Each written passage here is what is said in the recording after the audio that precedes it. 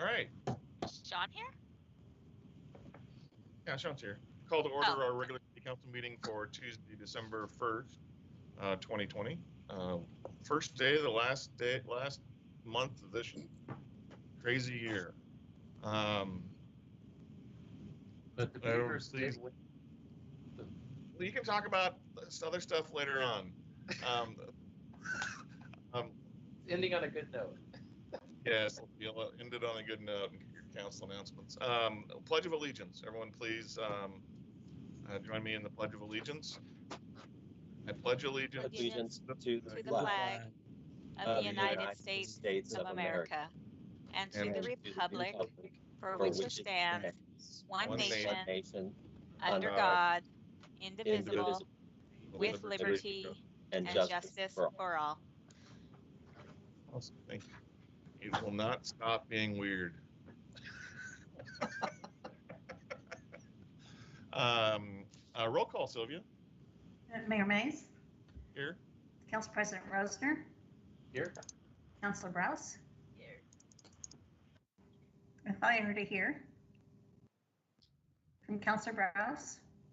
Yeah, she's here. She was muted. Oh, okay. Councilor Garland. Here. Councilor Young. Here. Councilor Griffin. Here. And Councilor Scott. Here. Thank you. Thank you, Sylvia. Approval of the agenda. I make a motion to approve the agenda. Second. All in favor, say aye.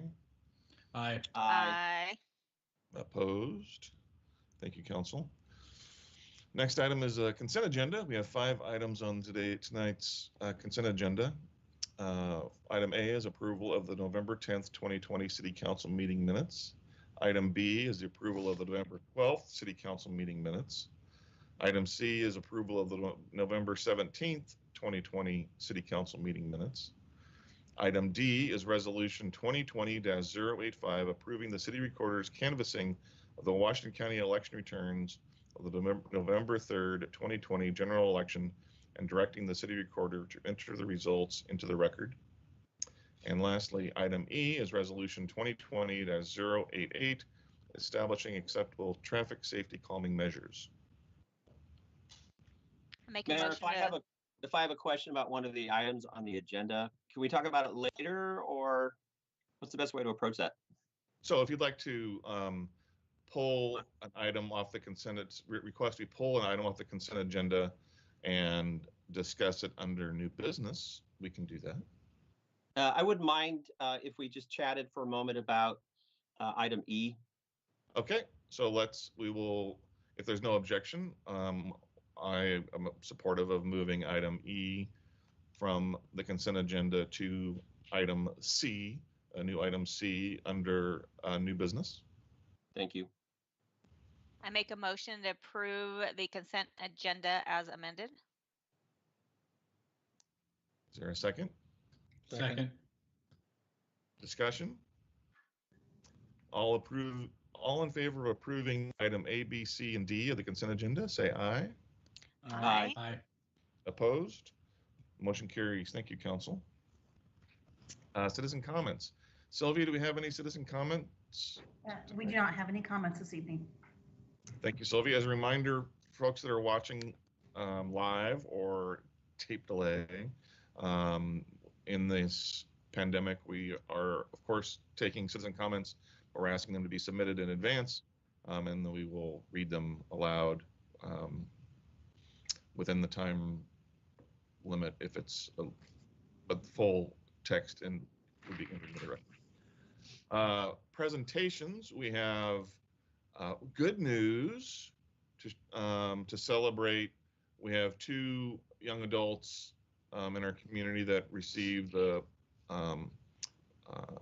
rank of Eagle Scout.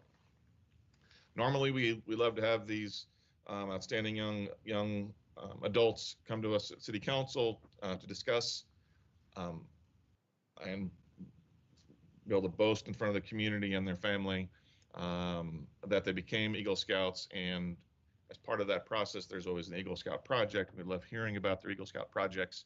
Unfortunately, the 2 were not able to join us today, but they are absolutely invited to come to a future council meeting, virtual or when we come back in person, because we love to hear about your projects and let folks know about what you've done in and around our community to improve it as part of your achieving Eagle Scout. So to Aiden Ruse and Spencer Cherry, we're going to we'll send you each a certificate of achievement from the city of Sherwood on behalf of the city of Sherwood and the Sherwood City Council, because we congratulate you on your outstanding achievement of attaining the rank of Eagle Scout. Great job. And it's never done without help. It's these projects, usually you get other other scouts to help you and or family friends. It usually requires raising money or getting stuff donated. It's a significant thing. So congratulations. Any comments on these two fine young adults from our community? I would just like to mention, I know them both. They're great. They have great families. I've actually known them both since they were maybe in preschool. So long time, strong parents that would probably do anything, to help them. They're great. They're just great kids. So. Awesome. Thank you, Russell. Next, moving on to new business, we have 3 items under new business today. First is resolution 2020-084, opposing the proposed tipping fee increase by Metro. We continued this from our last city council meeting, I believe, or we just pulled it flat.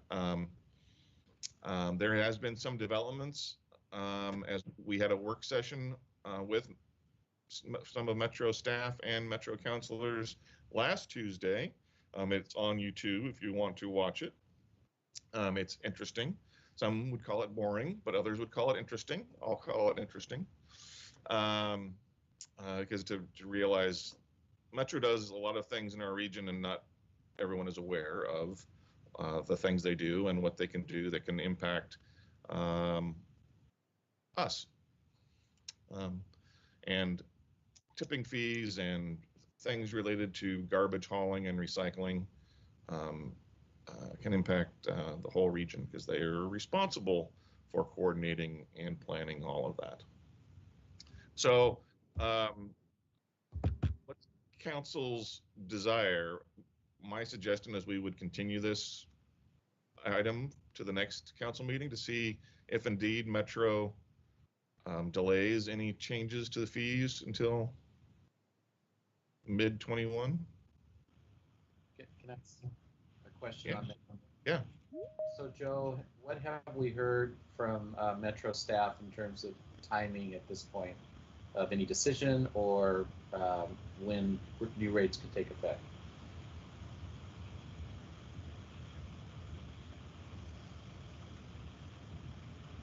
Joe, you're on mute. You're muted. Sorry, Councilor Rosener, didn't realize I was on mute. So to repeat what I was saying on mute, I've heard mainly from Marissa Madrigal, the Chief Operating Officer from Metro, that the original decision was going to be on December 3rd. They've now delayed that decision to December 17th. They are also coming up with alternatives to consider. We are awaiting details from Metro on that. They did commit last Tuesday in the work session that the mayor mentioned that as soon as they have information to share with jurisdictions, they'll do that. So I expect that hopefully within the next week. And we can see what kind of alternatives they are considering. What I'm hearing is instead of 2 rate increases in 2021, originally they were going to have one on approximately January 1st and then another on July 1st. Is what I'm hearing is they have an alternative that would be 1 tipping fee increase and it would be effective July 1st, which is their normal cycle. But we have yet to see that in writing. So as the mayor suggested, I think tabling this until your next meeting, until we get some more information, and then you can reconsider based on the additional information that we get in the next few weeks. So I don't know if that answers your question, Council President. do you think by that point we'll have a good understanding what the recommendations to the Metro board will be? Yes. Okay, then that still gives us a couple days, because we'll have the meeting that Tuesday, so we start a Correct. couple days to get into them if we need to. So. And the resolution that's in front of you tonight that I mentioned in the staff report, it's been modified slightly. Actually, Council President Rosner suggested some language. It may be modified again in light of the new proposal. So some of the language could be modified for action on the 15th. I say we delay it. I'd be in favor agree. of postponing Yeah. it. Do you need a motion for that? Mayor, Unmute, you're muted. Mayor. This is Sorry. Josh. We don't need a particular motion for that. Okay. Joe can just, he sets the agenda. He can take that direction and put that on the next agenda. All right, I saw a lot of nodding heads, so let's do that. Okay. Thank you, everyone. Well, thanks, everyone. Item B under new business is Resolution 2020-086, approving the Sherwood Police Department policy updates, December 2020. Chief Groth? Thank you, Mayor, Council. Good to be with you, as always. So you have the staff report, and we actually have a pretty good handful of updates this go around. As you know, Lexipol issues at least 2 updates during the year and more as necessary, and there was several legislative changes made the past several months. And so these updates are as a result of those changes, as well as every time they issue updates, they make grammatical and formatting corrections as well. So, and again, by way of reminder, there's the Lexipol policy is a system that allows an agency to develop customized language as they see fit.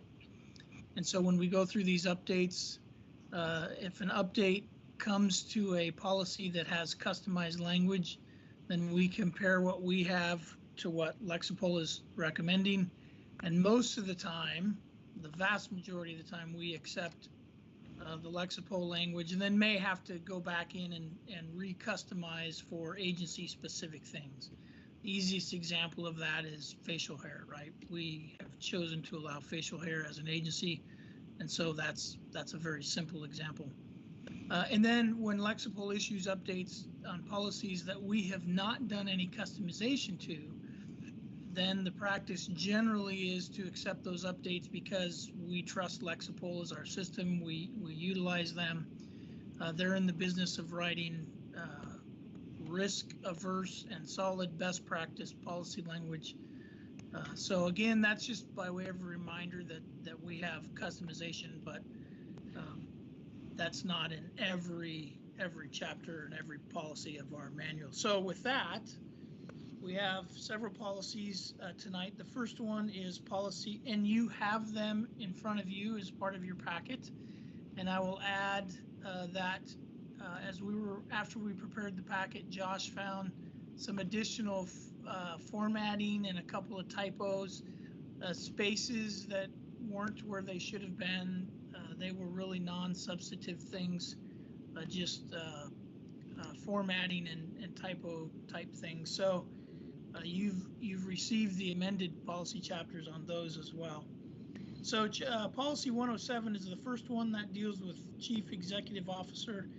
And that was not part of Lexipol's update, but we just went in there and updated that to change the language based on the municipal code that we passed several meetings ago. So the police chief has to have his executive certificate within 1 year of appointment as opposed to 2 years, which is what it used to say. So that was the only change on that one. Policy 300, use of force, obviously big policy, lots of changes with regard to legislation. The biggest change on this one had to do with the carotid hold, or what is often referred to as the choke hold. So again, we had customized language in there. As you recall, we went in and made a change immediately after the George Floyd incident and put in language that we wanted as an agency that prohibited the use of those or any types of those kinds of holds. We don't train them. We just wouldn't utilize them. There's always an allowance for a deadly force situation when an officer is fighting for his or her life. So on the Lexipol update, because they provide policy services to hundreds of agencies, they try to come up with language that is meets best practice, yet can be a good fit for as many as possible. So they provided language that would that addressed the carotid hold, which we rejected. And it's, as I said, it's very rare that we reject their recommended language, but we felt that our language was good. We're not going to train on the carotid hold. We're not going to use it. And so our language needs to stay where it's at, frankly, as opposed to having the language where Lexipol talks about training and the appropriate use and that kind of stuff. That's just not germane to us.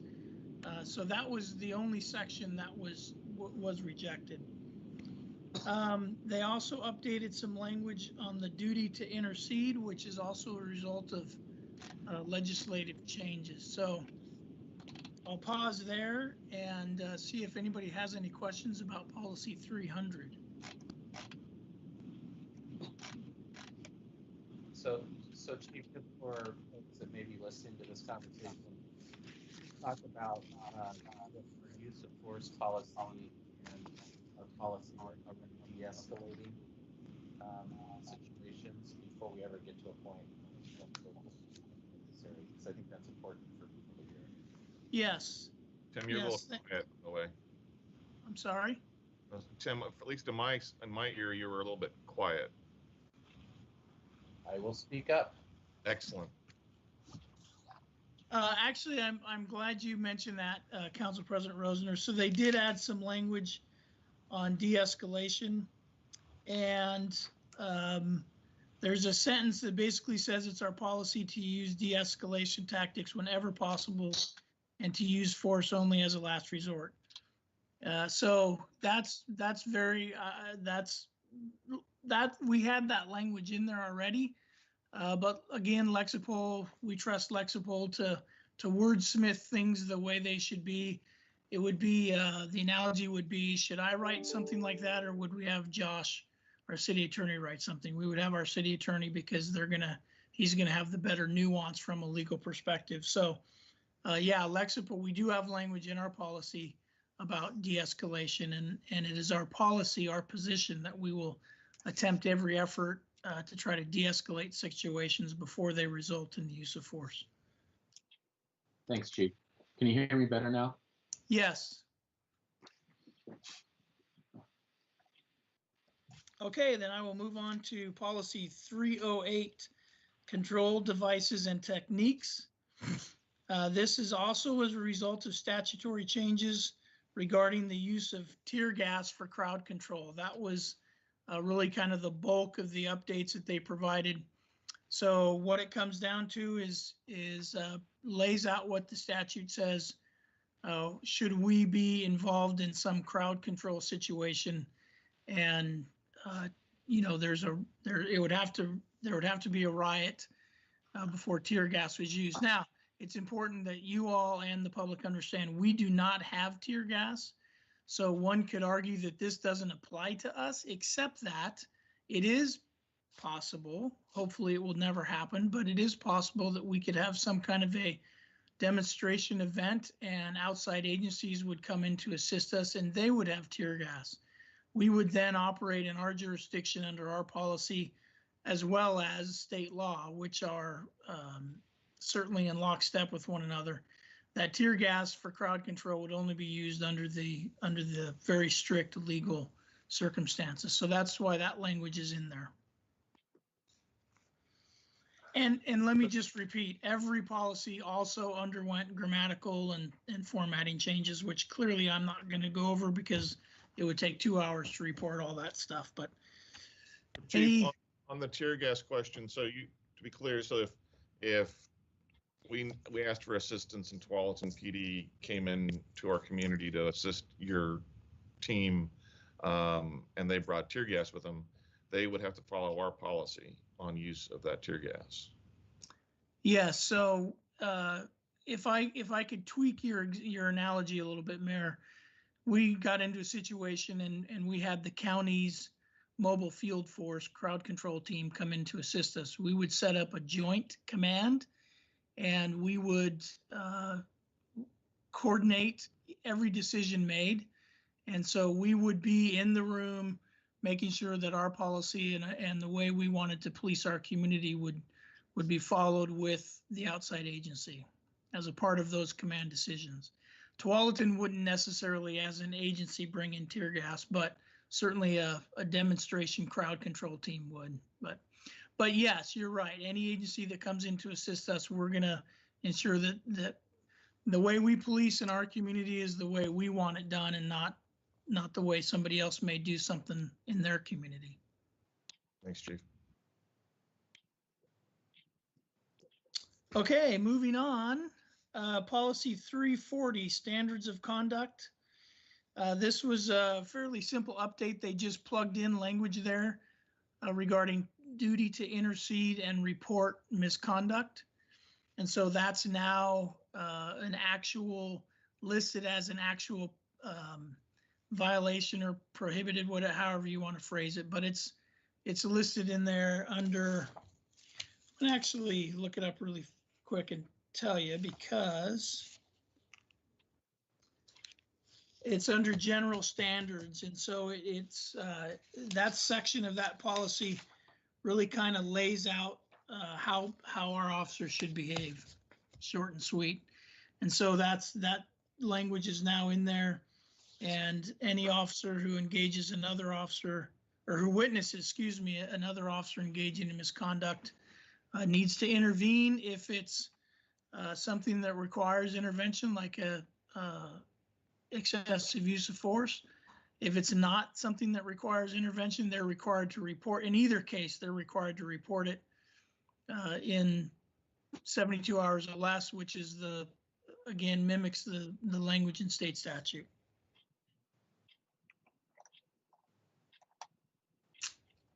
Excellent. Okay, policy 612, Brady material disclosure.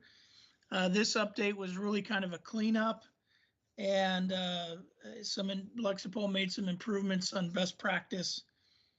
And so it talks about the release and control of Brady material, and they added language to establish a Brady coordinator for the department. And at this point, that is me.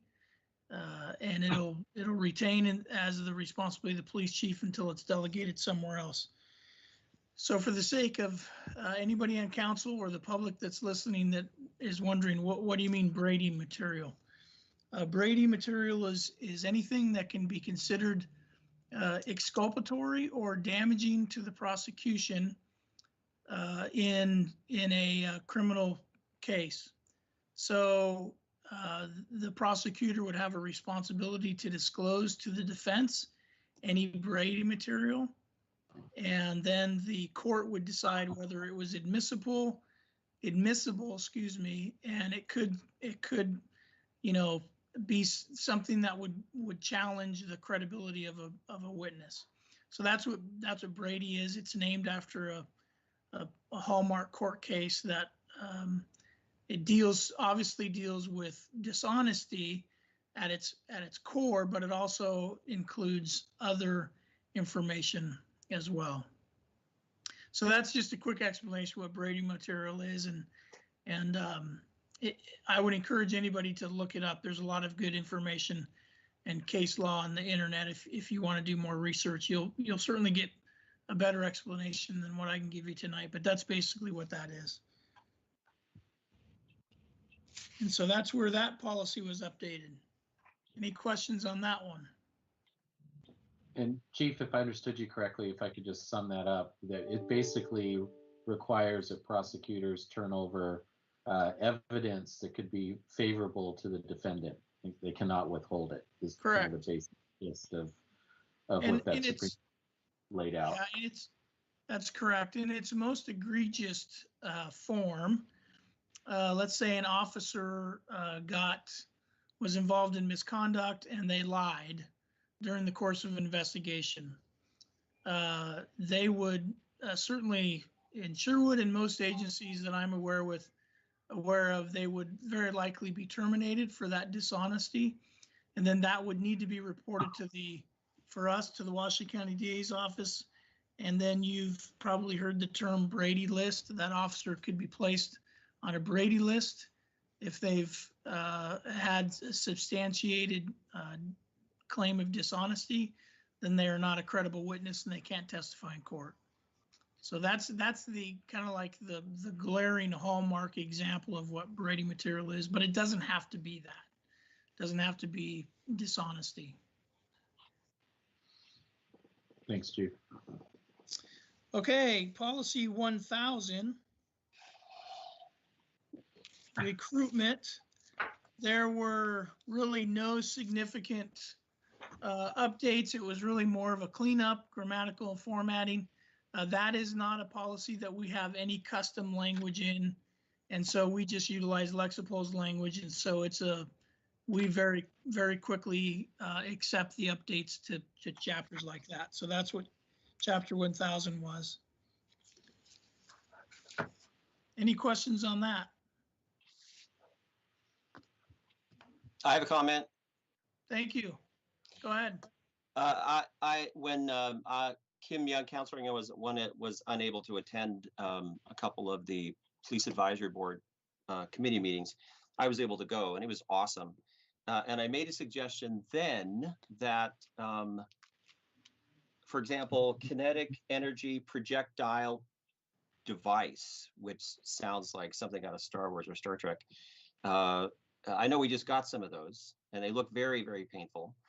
I just suggested at the time to Chief, and he said that he would do this when we can, physically all be in the same room. But I think it'd be great if our police department could come and show us some of these devices, how they are used, how they would use them on a citizen if needed, just some general info about what our department uses. I think that would be very helpful to me as an elected official, because I didn't know what all of that stuff was. I didn't know we didn't use tear gas. I was hoping we didn't use tear gas, but it's great. It's calming that I know that we don't. But anyway, I would just like to put that out there at some point in the future to invite the police over to the meeting, and I'd love to see all that stuff get as a work session demonstrated, talked about. We can ask questions about it. We could fire at Council President Rosner maybe a couple of times, maybe. Just kidding, but not really. Not anyway. And the chief at the meeting, he said that that's a great idea. So I would just like to bring that up, and I'd love to see that at some point in the future. So I'm assuming it was a great idea for everything but firing at Council President Rosner. Yeah, we did mention you. Thank you, Councilor. Go ahead. I think that's a great idea. It'd be good education for council. Yeah, and I will say the same thing that I said then. I agree, and we love show and tell. We would love to come and do that. And I will also, I'm not sure if I mentioned this at the Police Advisory Board meeting or not, Councilor Griffin, but at every city university, every session of Sherwood City University, and at our one session, unfortunately, thank you, COVID, of our Police Citizens Academy,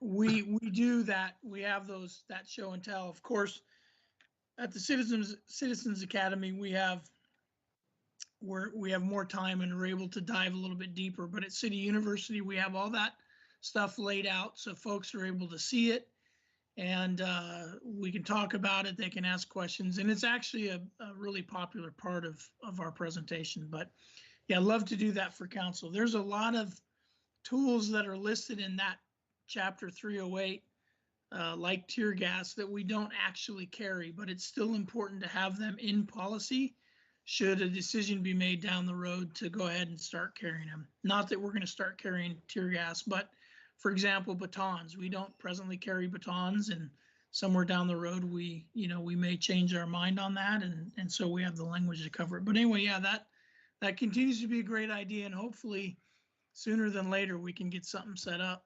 Right.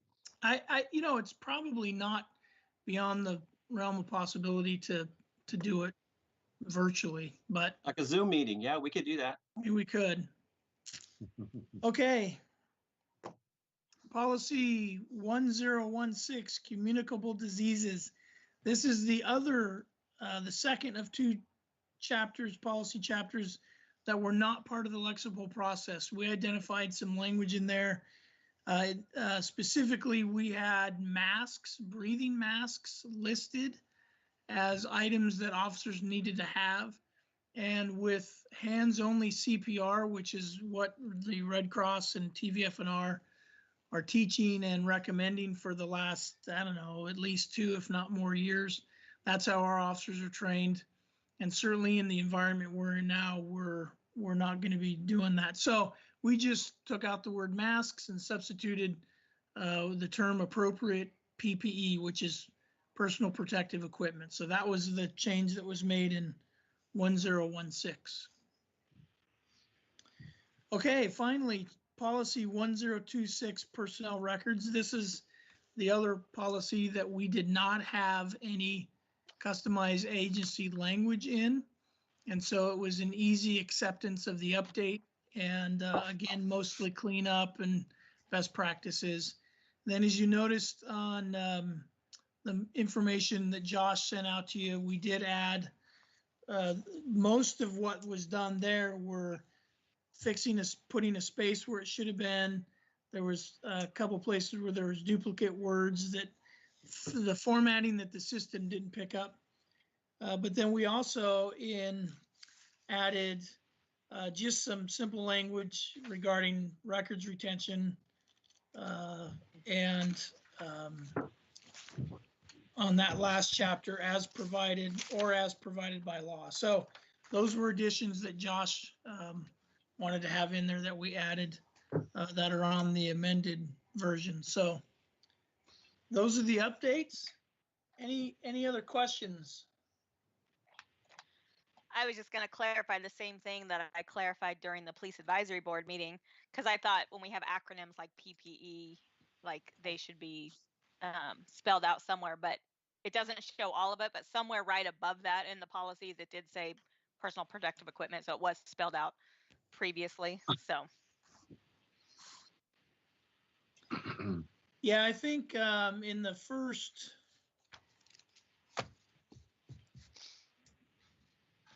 well, now I'm trying to find, I thought, oh, I'll find it really quick, but.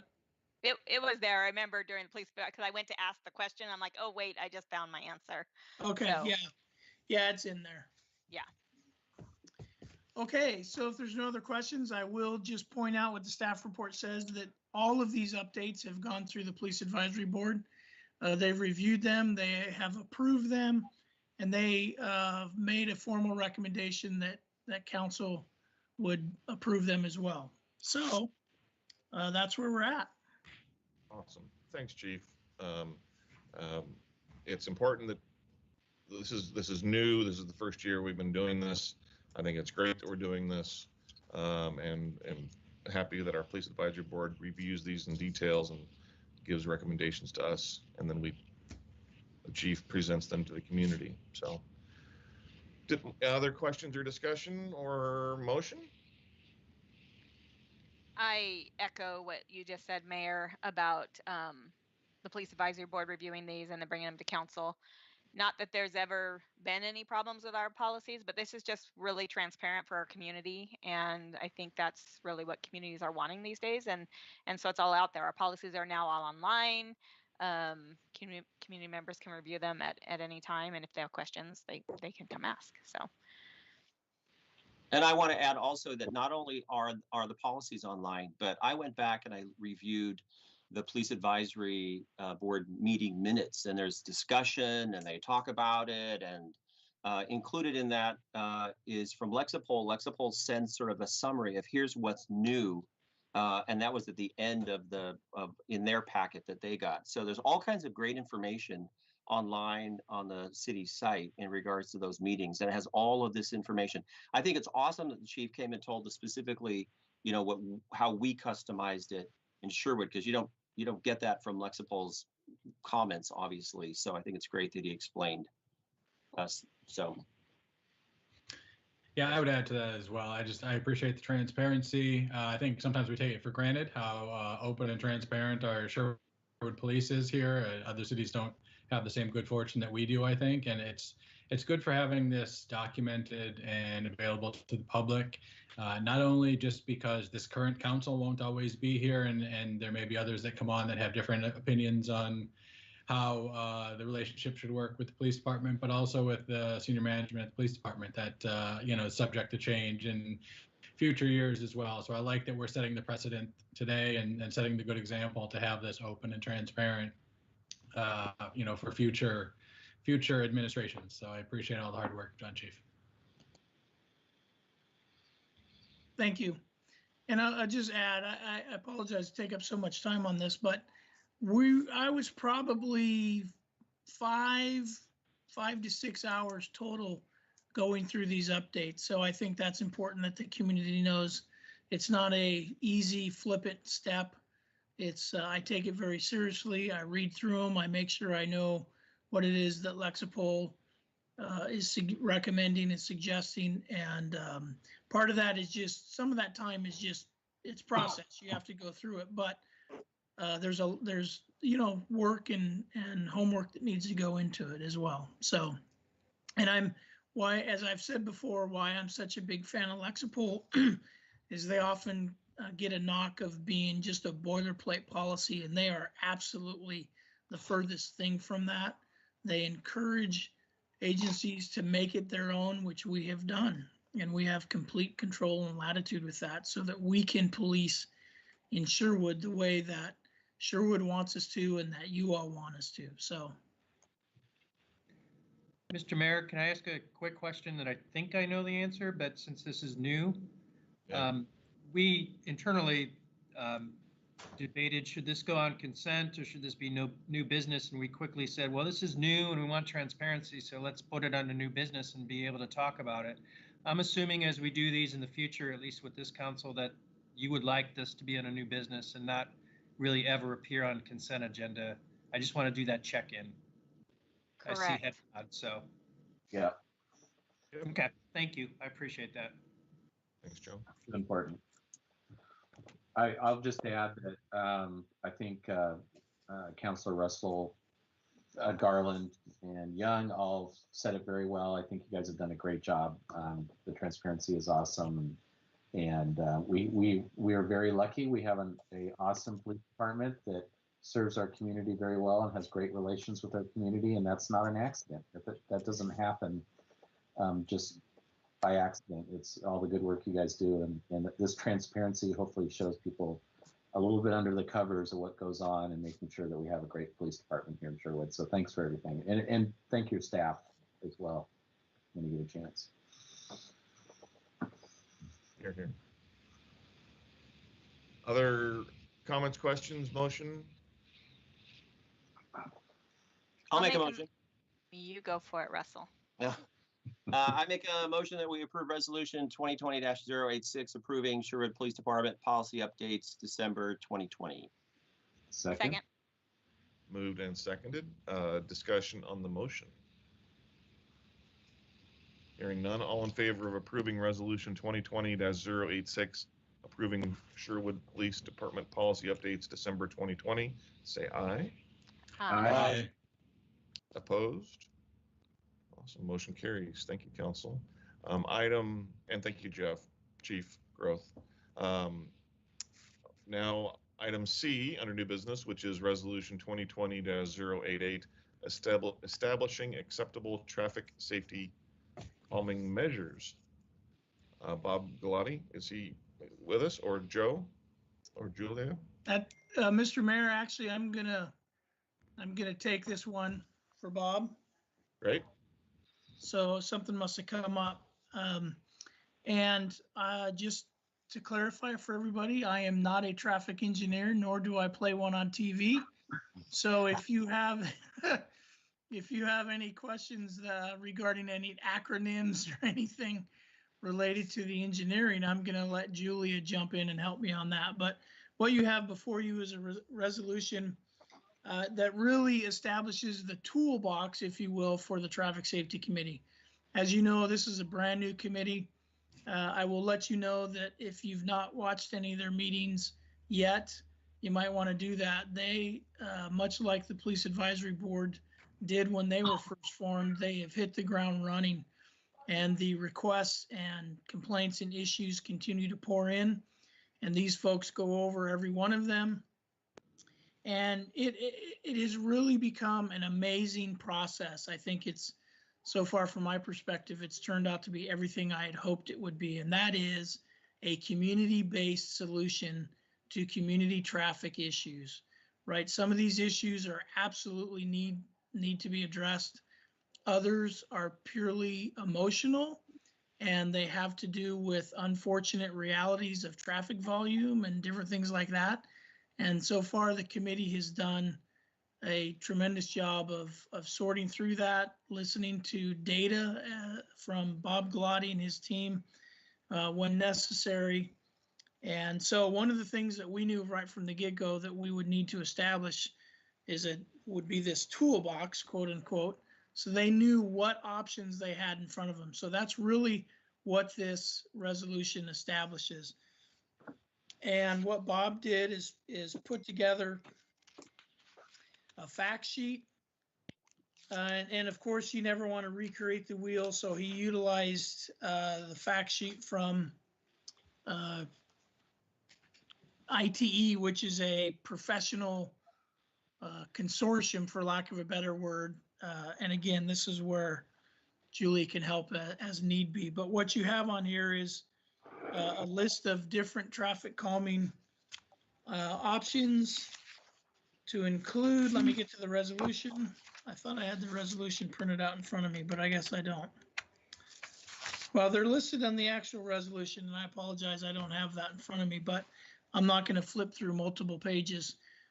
You'll notice one of the engineering options that is often brought up are speed bumps.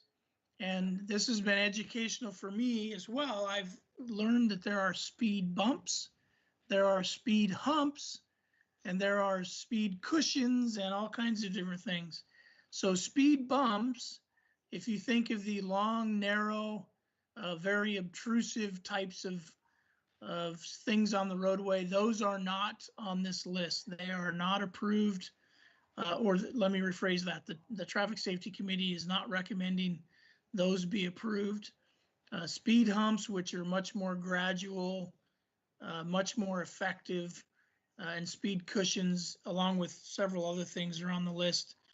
And the determination to what went on the list included input from Bob and his team, as well as Tualatin Valley Fire and Rescue, and what they were comfortable with in terms of their heavy apparatus and what they could maneuver around. And for example, I didn't realize, but speed bumps cause significant damage to their apparatus unless they slow down to basically a crawl, which then, depending on the length of travel to get from their station to the scene, you could be talking about seconds and maybe, even a minute or more, which it's easy to say, well, that's not very long. It's not very long unless it's your loved one that's down on the floor, and then seconds count, right? When you're talking about getting advanced life support. So anyway, so it's been vetted through the entire pool of partners, and so I will leave it at that. And if you have any questions, these went before Traffic Safety Committee, and they have approved these and are asking for your approval so that they will have a toolbox. I have some questions. Okay. Go ahead. Unless you want to go first, Mayor. Well, I'll just say my first comment just on it is I would certainly encourage the community to look at the list of traffic calming devices. There's things on that list that I had not seen before, which was a nice surprise. And let me just, before Councilor Griffin, before you ask your questions in response to the mayor's comment, just because it's on the list obviously does not mean you're going to see it in the community. Right. But it's an option. And some of these are expensive, some are very expensive. And so it's also important that the community recognize that the city council and the budget committee have and city staff has set aside a budget for these kinds of things, but that the traffic safety committee does not have a checkbook. So there are two department directors, myself and Julia, that are engaged with the traffic safety committee through our staff. And, you know, we certainly have limited spending authority. So when you're talking about a significant engineering improvement, you know, $30,000 for, you know, in whatever, that's not something that, hypothetically, I'm just saying, that's not something that's going to get approved by the, or the check written by the traffic safety committee. That's going to go up through city manager, get approval, and potentially then maybe even be identified as a capital project that would then get plugged into the next budget cycle. So it's important for folks to understand that the traffic safety committee doesn't have the ability necessarily to approve and purchase and then something's installed next month. It just doesn't work that way. Even in the best. Right. They literally have no money. They have no money authority. Yeah. They're advisory, just like all other Yep. Our fantastic advisory committees or subcommittees. So I just wanted to point that out. So.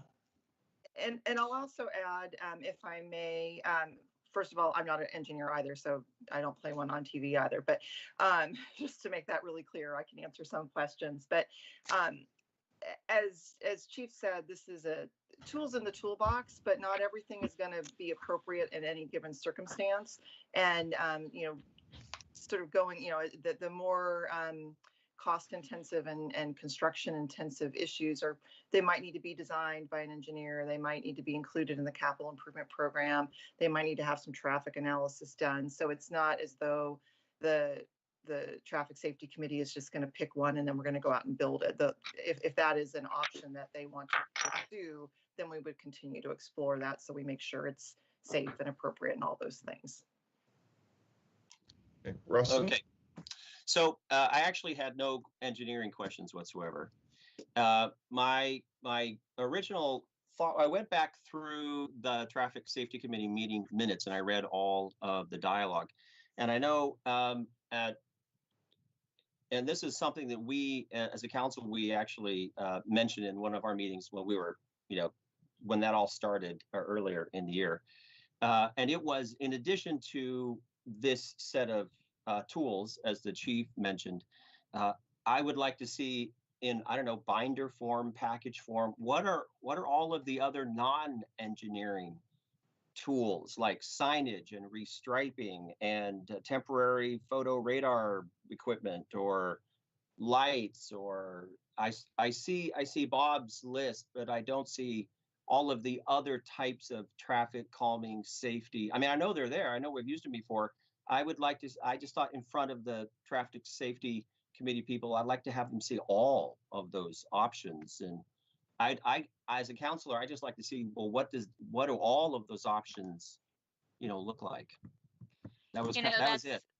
That was interesting, Russell. At the police advisory board meeting, there was a member who actually said, why don't we see signs on this list? Because, I read that comment. Yeah. So this is, you know, this is a traffic calming measures fact sheet. It's not a traffic engineering calming measure. So that was interesting.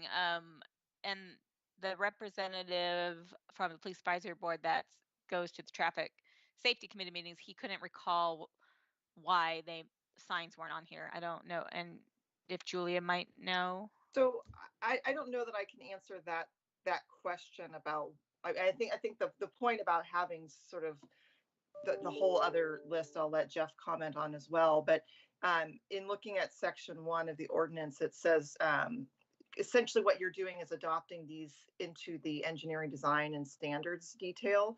So it's not saying that everything else isn't inappropriate, but we're saying here are things, because currently we don't have standards for those types of things. And so It's really saying, here's some things that if we wanted to use, here's what we're going to have available, and here are the details that we would consider them with. So Yeah, this is I don't know. one piece, one element of it. Okay. And I guess when we get to the point where there's a more fleshed out document that brings together the possible, I think Bob did a great job of listing specifically, here's what we think it might cost, here are the effects it might have on emergency vehicles and responders, here's basically what we have determined. I mean, even in there, it even says like, generally it reduces the average mile per hour by 0.2 of a mile or something. I mean, like an engineer would. I mean, I find that fascinating, but I think it's good to know, when you're looking at options, how effective is this particular option? And I would like to compare that against, like signs and temporary measures. And I understand that this is just one component of what probably that's going to look like. So. Yeah, and I would agree. And I would say, these are the last resort kind of things, right? Like these are the expensive, time consuming, worst case scenarios. This is where we want to apply these tools. But 9 out of 10 times, or maybe even more, that something comes to that traffic safety committee, it's not going to result in one of these engineering solutions. Right. It's going to result in something, before that hopefully is effective. So I think that whole toolbox needs to be kind of one comprehensive list. Well, and if I could add that real quick, I apologize, because I think of it in terms of you need tools to gather information. Maybe you need more information in terms of traffic counts, whatever that might be. You need tools that are more quick reaction, right? And a good example I can think of is when Langer's opened up. So now all of a sudden we have a bunch of kids crossing that traffic circle. Now, as an organization, as a council, we're already taking action on kind of correcting that. But it feels like there needs to be a toolkit that's more a quick response toolkit. And that could be signage. It could be, a radar truck that we can go park, trailer that we can park somewhere. But, kind of adding on to what Doug was saying, or Scott was saying, Doug Scott, gosh, I'm gonna screw that one forever. I think it goes back to my old military training where I always wanted to call people by their last name. But anyways, it feels like we need those different tiers, information gathering, quick response, there's the longer term kind of capital expenditure, permanent fix type things. But I would definitely like to see that going forward and what that looks like. So just as a general rule, and again, Chief can chime in, traffic calming, there's sort of 3 components. There's education, enforcement, and engineering. And really what we're talking about here is the engineering component.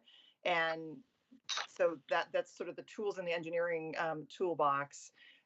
Jeff, I guess you're closer to the traffic calming committee or traffic safety committee. Can you talk about that, the toolbox of other things that they were talking about? Yeah, and I think everybody's pretty much hit the nail on the head. And there's clearly a lot of things that we'll do or can do. For example, the signs that they put together, that's education, right? That was one of the first things they wanted to do, is they learned that the 2 biggest issues in Sherwood from staff, police department, was folks are driving too fast and they don't stop for pedestrians. So that's where those signs were birthed out of. And it also kind of marketed the committee so that people would know where to send their complaints. So that's the education. Certainly enforcement's pretty simple.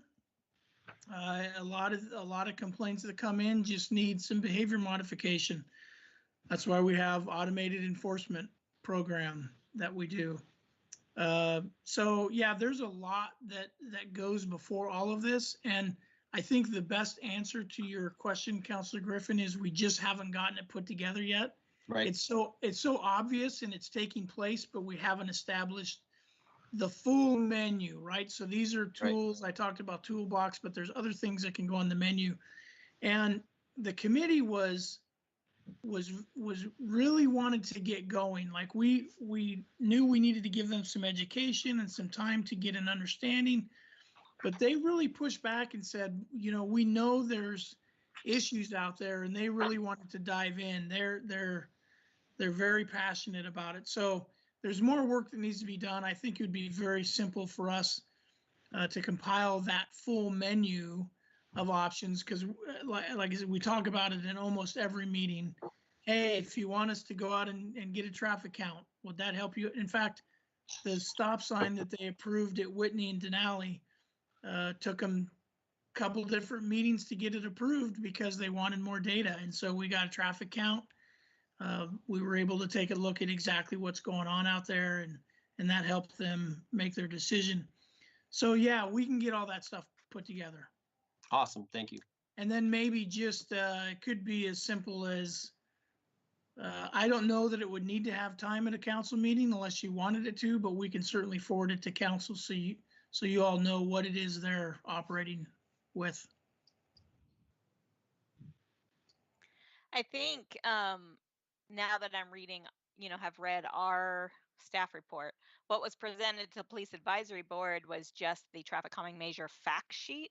And in that fact sheet, it didn't specifically say that this would be part of the city's engineering design, a standard details manual. So now that I know that, like, the signage makes more sense. And so I think I'll probably just, Chief, at the next meeting, give an update to the board with that question that they asked and explain that this was is going into part of that manual, and that's why these are the engineering portions. So. Other questions or comments? So on some of the different fact sheets, am I just overlooking, they don't talk about the importance of lighting? If we ever design any of these, since it's an engineering requirement, shouldn't there be some required level of lighting so that people know that they're going to be coming into a chicane or stuff like that? I think I beat you to the punch, Julia. My interpretation of the way the term traffic calming is used is to describe physical changes that take place or that are made on the roadway to change the way traffic flows, either to slow them down, misdirect them, to quote, calm them.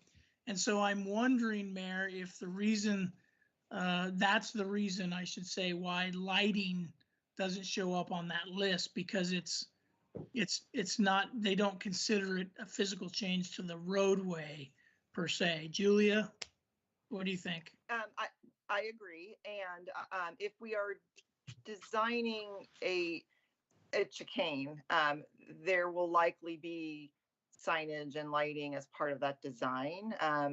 Just like when we have the crosswalks with the rapid flashing beacon, we have signs in advance of that to warn people. So I think it depends on what it is, where it is, and what the situation is. But that would be part of what's being looked at too. Okay. And let's not forget, we now have the authority to change our speed limits in a more efficient, less time-consuming manner, and that should be part of what we look at too, in terms of, especially in our residential areas. We know, because we can now bring those down to 20 miles an hour if we want to. Yeah, and so are we going to get any recommendations from them on that, or any other group on that point? And then we, yes, have these crosswalks. I am at the top of the list of saying that needs community input on design. I have not been a fan of them as is from day one, and would certainly like those scrutinized by citizenry. Which crosswalks are you talking about? Any of them that have those flashing lights. Oh, the flashing light ones. Okay. So yeah, we can, we, staff, council, we can certainly generate any of those topics, right? So from a timing. We have a committee, or pick a committee to dig through that. Yep, we can certainly put it before the traffic safety committee say, hey, what should crosswalk designs look like in Sherwood? And what changes do we need to make? But certainly moving forward, any new crosswalks, how should they be designed and installed? Yeah, absolutely. Because a little flashing yellow light is, yes, it's a yellow flashing light, but it doesn't mean anybody can see that wonderful person of our community wearing all black in the black of night. So Jogging on the road is a significant thing. Yeah. At a minimum. Well, I give kudos to our traffic safety committee for jumping in. I know like day one, they were slammed. And so getting through the request they have, as well as getting this traffic calming measures completed is a huge feat for them. So I appreciate all of them. And with that, I would make a resolution if anybody's ready. I mean, a recommendation. Yeah. Like a New Year's resolution? Yeah. I make a motion to approve resolution 2020-088, establishing acceptable traffic calming measures. Second. Discussion on the motion. Hearing none, all in favor of approving resolution 2020-088, establishing acceptable traffic calming measures, say aye. Aye. Opposed? Motion carried. Thank you, Council. Thank you, Chief, and Julia, and everybody. And our Thank you, Mayor, for letting me pull that off consent. I just wanted to chat about it. Thank you so much. Oh, it was perfect. That's the nature of consent. Anyone want to pull one off? We do that. Thank you. Thank you. Public hearings. We have 5 public hearings this evening. Julia, would you like to read your stuff all at once before, or how would you like to proceed? Or Sylvia? Sylvia. Julie could read it, but Completely freaked me out, Mayor. I saw her face. She was freaked out. Yes, Mayor, I'll read the statement for all items. The Sherwood City Council will hold public hearings this evening to hear testimony on 5 different legislative items. Resolution 2020-087, adopting the supplemental budget for the fiscal year 2021 and making appropriations. Resolution 2020-089, adjusting solid waste and recycling collection rates. Ordinance 2020-008, approving annexation of 10.90 acres to the city of Sherwood and 10.50 acres to Clean Water Services within the Tonquin employment area, comprised of 1 tax lot and the adjacent Southwest Oregon Street and Southwest Tonquin Road right-of-way. Ordinance 2020-010, adopting the 2019 through 2039 Sherwood Housing Needs Analysis as a sub-element of the comprehensive plan. And Ordinance 2020-011, amending the City of Sherwood Municipal Code as approved by the city electors at the November 2020 election. The process the City Council will hold in conducting these hearings is staff will present staff reports, questions, if any, by the City Council for staff. We will review any written testimony, and at this time, Mayor and Council, we have not received any testimony for any of the items listed tonight. The hearing will then be closed. Final comments by staff, questions of the council for staff, followed by discussion by the council. For 2 ordinances on the agenda, number 008 and number 011, this is the first hearing for those 2 items. Generally, the council will hold 2 hearings prior to making a decision. A second hearing on these items is currently scheduled for December the 15th. However, in accordance with the city charter, council reserves the right to make a decision at the close of this hearing by a unanimous vote of all sitting council members. For ordinance number 010, this is the second hearing on this item. A decision may be made by the council at the close of this hearing, or the matter may be continued to a time and date certain. If the matter is continued to a date certain, this is the only notice of that date you will receive. That's all I have. Thank you, Sylvia.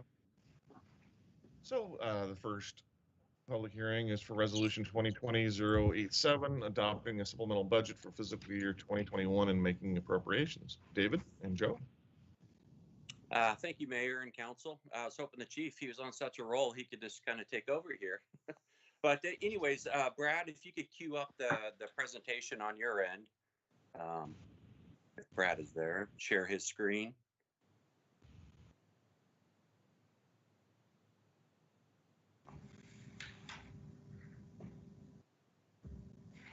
Are you folks seeing his presentation? No. No. We did momentarily, and then it went away. Yeah.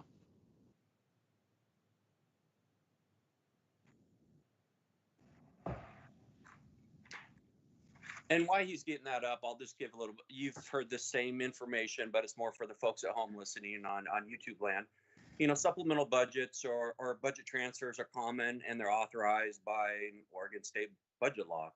And we typically do one mid-year adjustment and one close to the end of the year. This year's a little different with all that CARES Act money that's coming through Washington County. There's quite a bit of adjustments, additional expenditures that we weren't anticipating during the budget season. And Brad, if you could go to slide 3.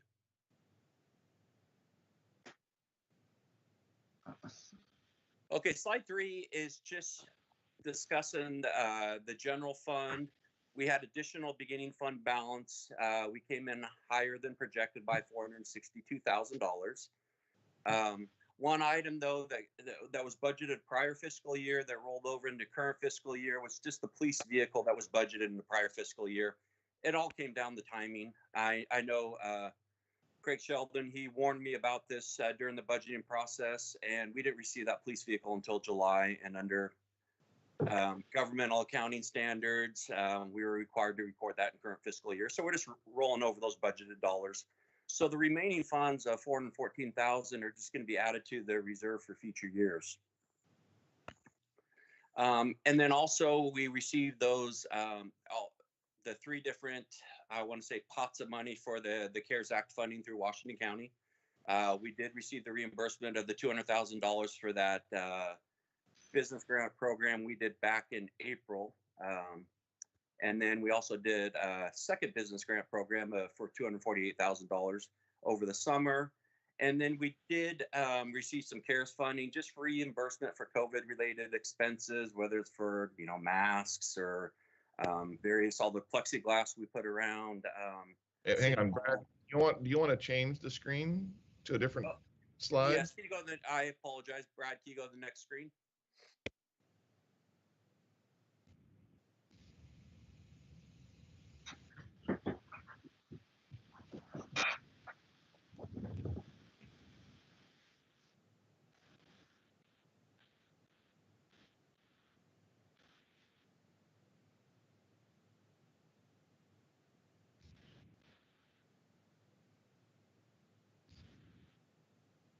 Yep. And the next screen or slide.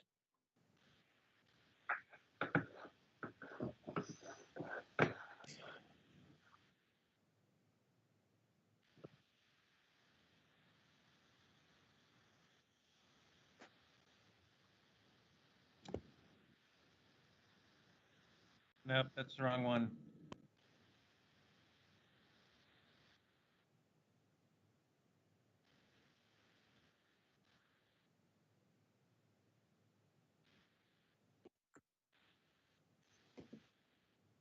Okay, I have it on my computer and I can try to join via my Surface and share it if that would be, unless you have it, David. Actually, I'm on my phone, so if you could just pop that up on your screen real quick, that'd be great. I will see.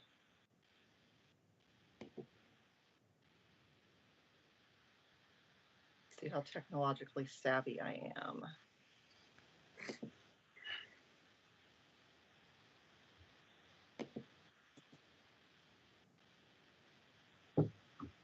I did it. Thank you, Julia. Can you make it bigger, please? Or going to? Oh my goodness.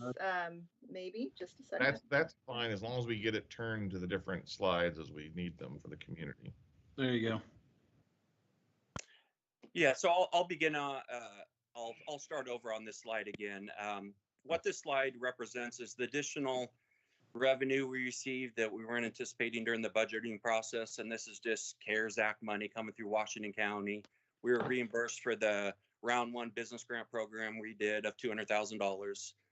The second business grant program, we were reimbursed the $248,000. And then we did receive CARES funding reimbursement just for COVID-related expenses, like I discussed earlier, whether it's for masks, hand sanitizers, the plexiglass we put all around all facilities. And then we were awarded a $35,000 Business Oregon grant, but the city was only able to give out $2,500 of that, and we had to return the rest of those funds to Business Oregon. And so that's the additional revenue portion of $737,000. And as we've already discussed, we spent $248,000 on those additional business grants and the $2,500 for that one Business Oregon grant. So the proposed use of funds is $250,500, and the remaining funds of $486,000 is just getting added to reserve for future years in the general fund. The next slide.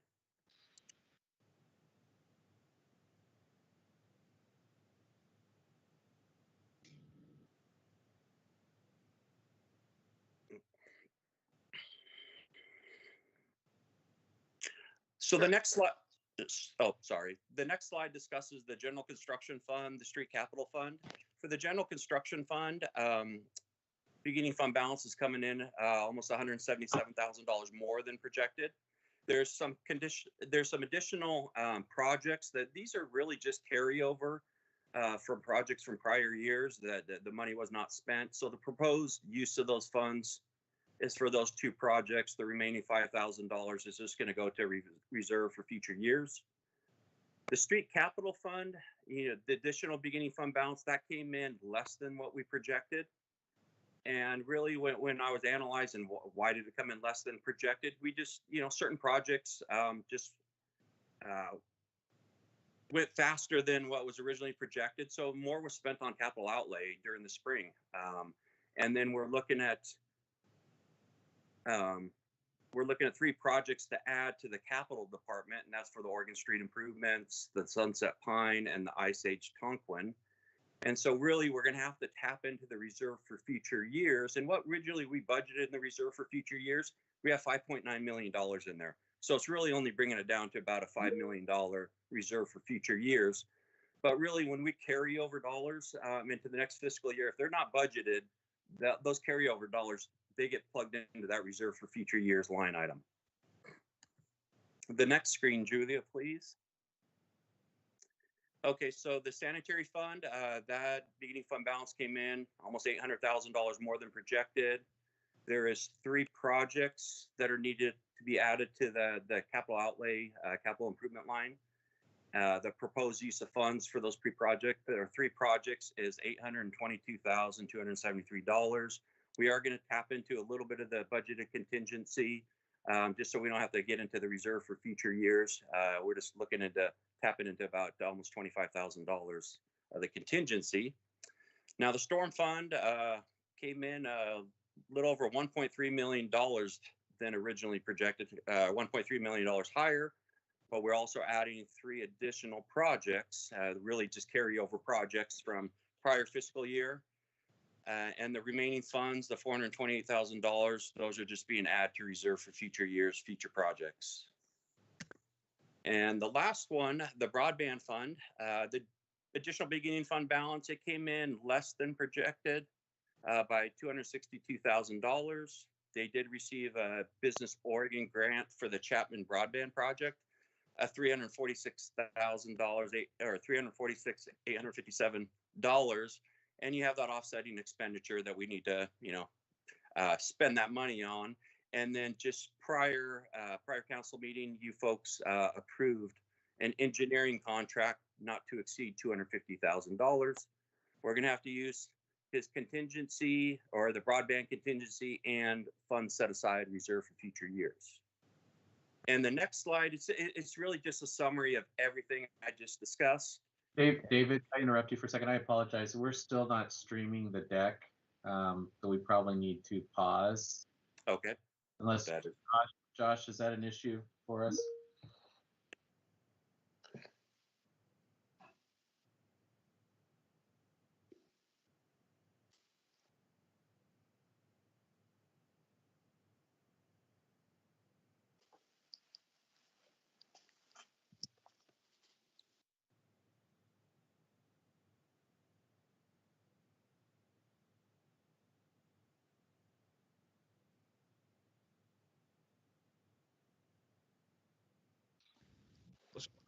What are we broadcasting right now, folks?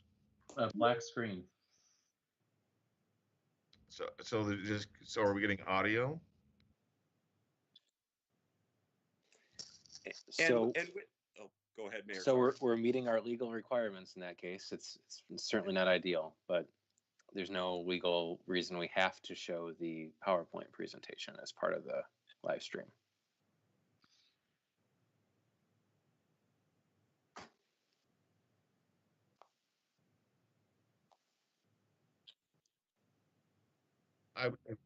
I'd say let's do that, and then if we have another presentation of the other 5 items on our public hearings, let's maybe have it working for that.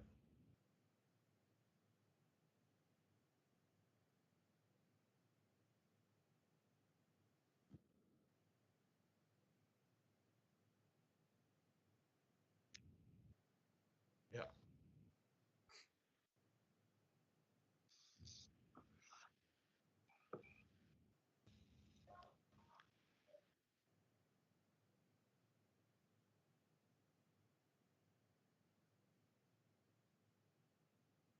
Yeah, Brett, I think we'll do that for this presentation, but if hopefully the other presentations will get displayed.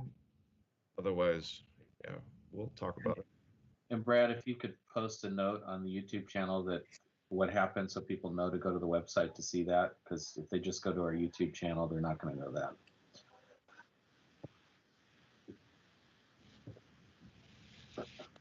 Okay, with that, I'll just end the slide that you're looking at. Is just a summary of everything that we discussed, the various categories we originally budgeted and you folks approved in a resolution last June. I think it was June 16th.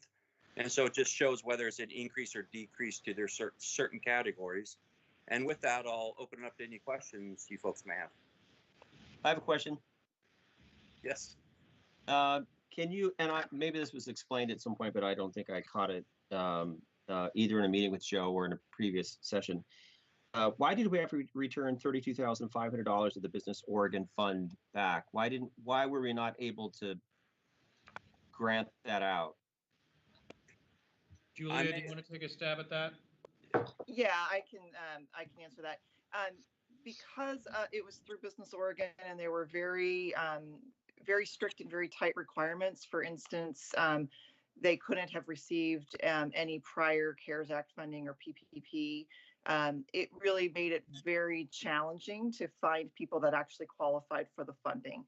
And we did get we got a number of applications, but Bruce worked very, very hard to try to qualify everybody that he could, but he was only able to qualify one applicant for that particular pot of funding. Okay, thanks. Thank you so much. And Julia, you can take your presentation down for David's presentation down.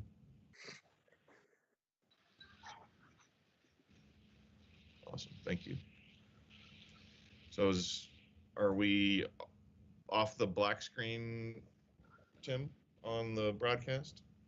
There's a delay, so I'm watching it. We're not yet. All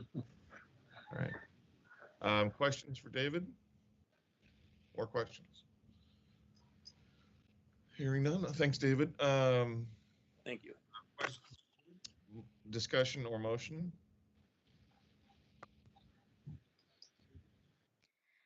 I make a motion to approve resolution 2020-087, adopting supplemental budget for fiscal year 2020-21 and making appropriations.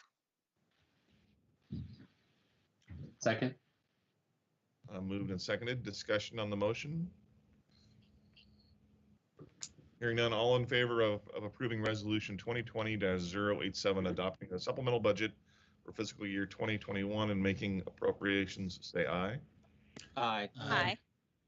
Opposed? Motion carries. Thank you, Council. Thank you, David. Thank you. Item B in public hearing is resolution 2020-089, adjusting solid waste and recycling collection rates. Joe. Mr. Mayor,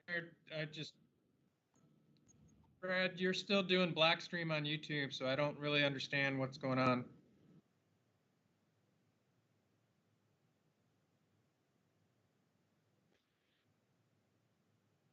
Yep. Okay.